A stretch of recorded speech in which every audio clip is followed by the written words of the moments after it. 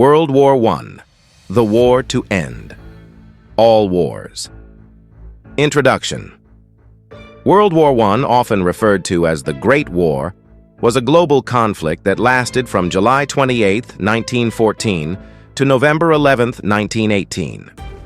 It reshaped the geopolitical landscape and set the stage for major socio-political changes across the world. The war involved many of the world's great powers, divided into two main alliances. The Allied powers, which included Britain, France, Russia, and later the United States, among others, and the Central Powers, primarily led by Germany, Austria-Hungary, and the Ottoman Empire.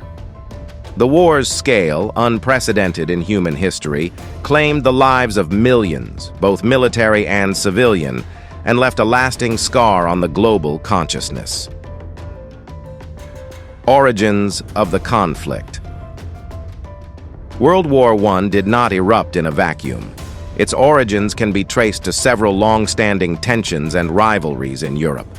In the decades leading up to the war, Europe was a powder keg of alliances, militarism, nationalism, imperial ambitions, and diplomatic intrigues. 1. Militarism. European powers were engaged in an arms race, with nations like Germany, Britain, and France expanding their armies and navies. The belief that military force could solve international disputes fed into the growing tensions. 2. Alliances. Two major alliance systems had emerged by the early 20th century.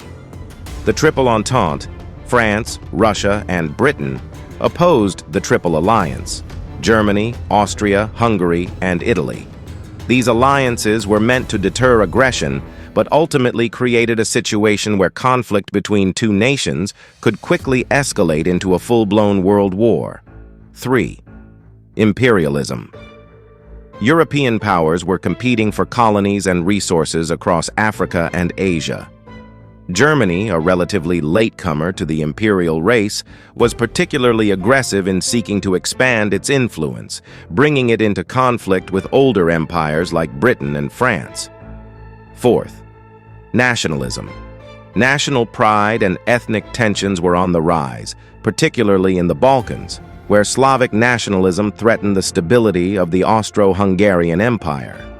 Serbia, supported by Russia, sought to unify Slavic peoples, including those under Austro-Hungarian rule, which would prove to be a significant factor in the war's outbreak. The spark: assassination of Archduke Franz Ferdinand. On June 28, 1914, Archduke Franz Ferdinand, heir to the Austro-Hungarian throne, and his wife Sophie were assassinated in Sarajevo by Gavrilo Princip, a member of a Serbian nationalist group. This event triggered a rapid escalation of tensions between Austria-Hungary and Serbia. When Austria-Hungary issued an ultimatum to Serbia, backed by Germany, Serbia sought support from its ally, Russia. Within weeks, the entire continent was drawn into war as alliances were activated and nations mobilized for battle. The early battles and stalemate. The war began with high hopes on both sides. Many believed it would be over by Christmas 1914, but the conflict quickly bogged down into a bloody stalemate, particularly on the Western Front. 1. The Schlieffen Plan. Germany, facing war on two fronts, Russia in the east and France in the west, launched a preemptive strike against France through Belgium, violating Belgian neutrality. This drew Britain into the war. The German strategy, known as the Schlieffen Plan, aimed to quickly knock France out of the war before turning to face Russia.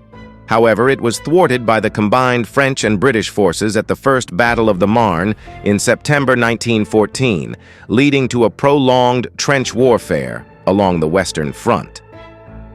2. Trench warfare. The Western Front, stretching from the North Sea to the Swiss border, became the site of horrific trench warfare. Soldiers lived and fought in muddy, vermin-infested trenches, where they were exposed to constant artillery bombardments, machine gun fire, and poison gas attacks. Battles like Verdun and the Somme resulted in enormous casualties with little territorial gain, as both sides remained locked in a deadly stalemate. 3. The Eastern Front. In the East, the conflict was more mobile, with vast battles fought across the plains of Eastern Europe. Russia initially made gains against Austria-Hungary, but suffered devastating defeats at the hands of Germany.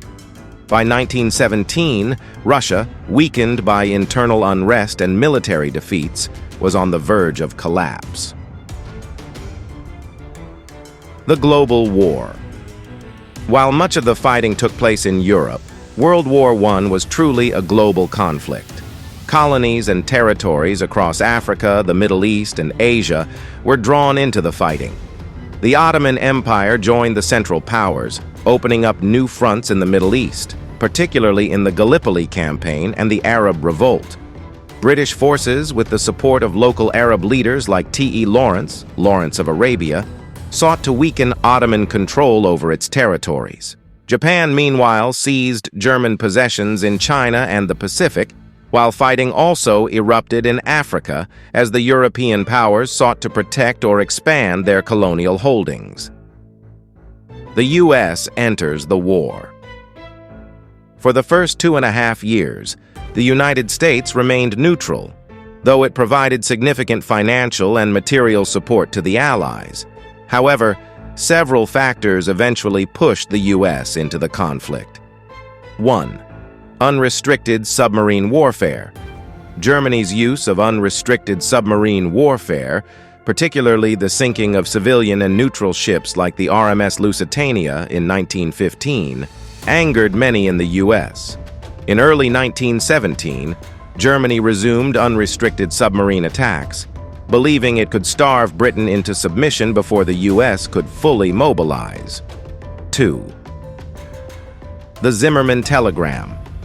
In 1917, British intelligence intercepted a message from the German Foreign Minister Arthur Zimmermann to Mexico proposing a military alliance against the U.S. In exchange, Germany promised Mexico the return of territories lost in the Mexican-American War, Texas, New Mexico, and Arizona. The telegram, once made public, further inflamed American opinion.